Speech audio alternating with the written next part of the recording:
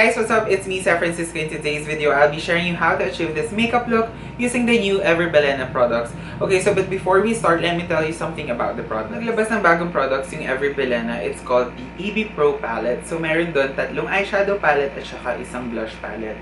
So ang blush palette nila is 189 pesos. Ganito yung itsura niya. Sobrang ganda niya, guys. And then meron ditong highlighter, blush, and then the contour. Tapos naman, meron dito yung eyeshadow nila. This one is called Play Palette. 16 shades siya. And then this one naman is called the Beauty Brick Palette. Meron siyang 8 shades. Parehas silang 149 pesos. Merong isang shade doon, sorry, excuse me. Merong isang shade doon, merong isang palette doon na hindi ko na kinuha kasi very similar siya to this palette. Anyway, moving forward, if you're interested in how this video will go, just keep on watching. So, let's start, guys!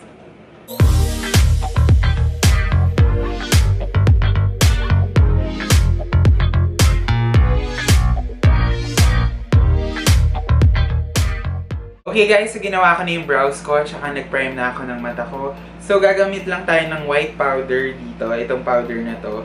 And then gamit lang tayo ng kamay. Tapos isa-set lang natin yung eyes natin ng ganito. Okay, so after nun guys, kukunin natin tong shade na to. Tapos i-apply natin to sa crease natin.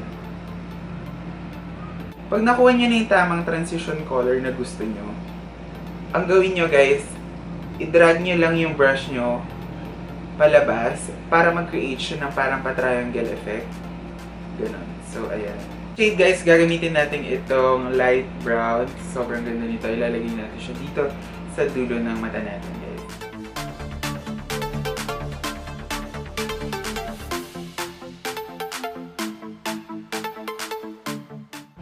Sobrang ganda ng colors ng bagong Everbilena Pro Palette. Sobrang nakakabilib sila. Galing. After nun guys, kunin na natin itong next shade. Ito-darken lang natin yun dito sa dulo ng mata natin para mas maging smoky yung gagawin natin. Tapos, ide-drag lang natin papasok yung brush natin, like yung bagong brush na gagamitin natin, para makapag-create tayo ng cut crease.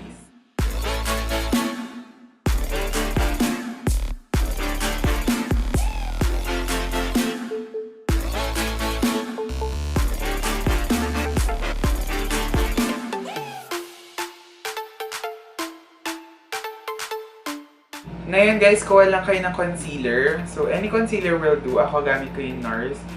This one is the Soft Matte Complete Concealer in the shade Ginger. So, ayan.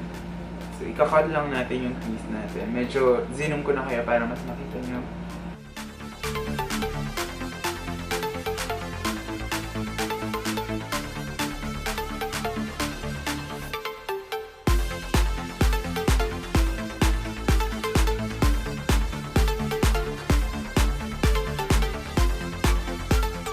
Okay guys, so meron na kayo dapat ganito yung dapat itsura niya. And then, kukuha tayo ng shimmer. So, medyo nagustuhan ko yung itsura nito. Sobrang ganda niya guys. In-swatch ko siya. And really perfect for fall season. So, yun ang gagamitin natin sa lids natin.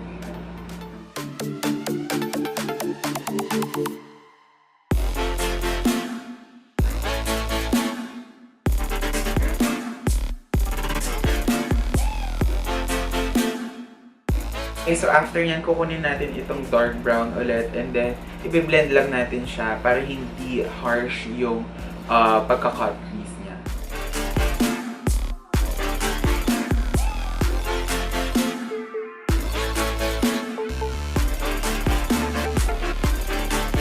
Okay, next guys, gagamitin natin itong smudger brush from Include. So, i-dip lang natin to dun sa isa sa mga darkest shades ng EB Pro palette, which is this one. Okay, so, ganyan-ganyan. Tap-tap lang natin, guys. And then, what we're gonna do is, we're gonna make this one even darker. Like yung dun sa edge nung cut crease.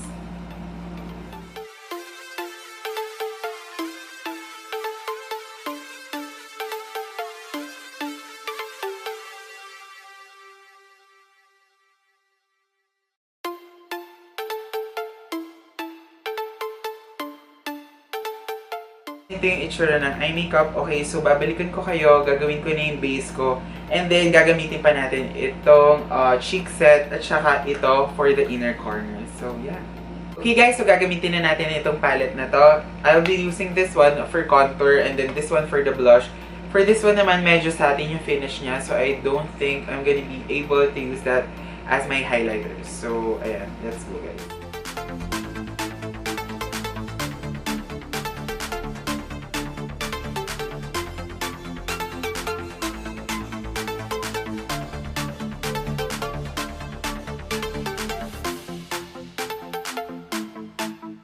Okay guys, so while baking, sabihin ko lang sa inyo yung thoughts ko about this contour shade. So sobrang gusto ko siya guys. And kung makikita nyo, dito sa skin tone ko, perfect siya. Itong shade na to. And hindi siya ganun karami yung kick up compared to this one and this one guys. So sobrang okay yan.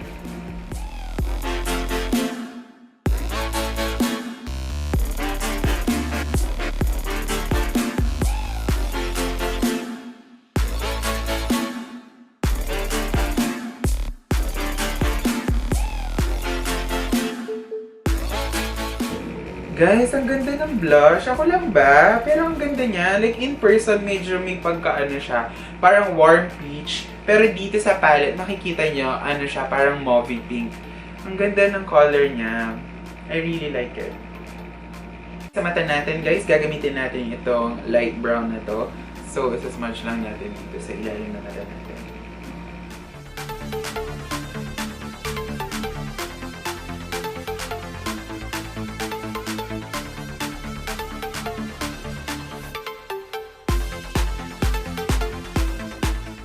After na soft brown guys, gamitin natin itong dark brown naman.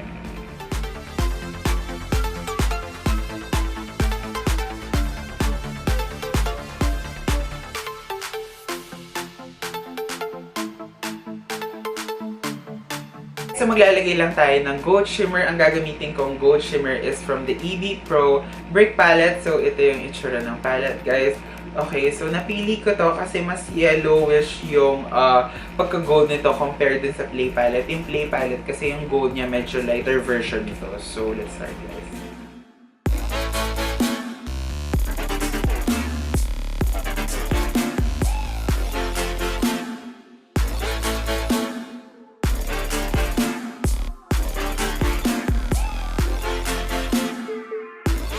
Okay guys, so for mascara, gagamitin ko is yung NARS Climax.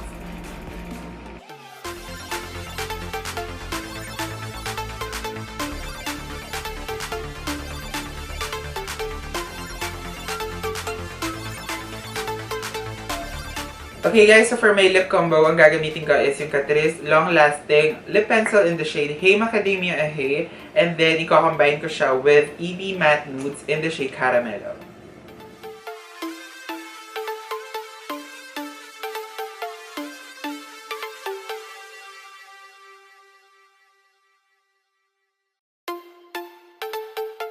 That's it. Thank you guys for watching. I hope you did enjoy this makeup tutorial. And if you have any questions, just leave a comment down below. Don't forget to like, subscribe, and share this video to your friends. See you again next time. Bye!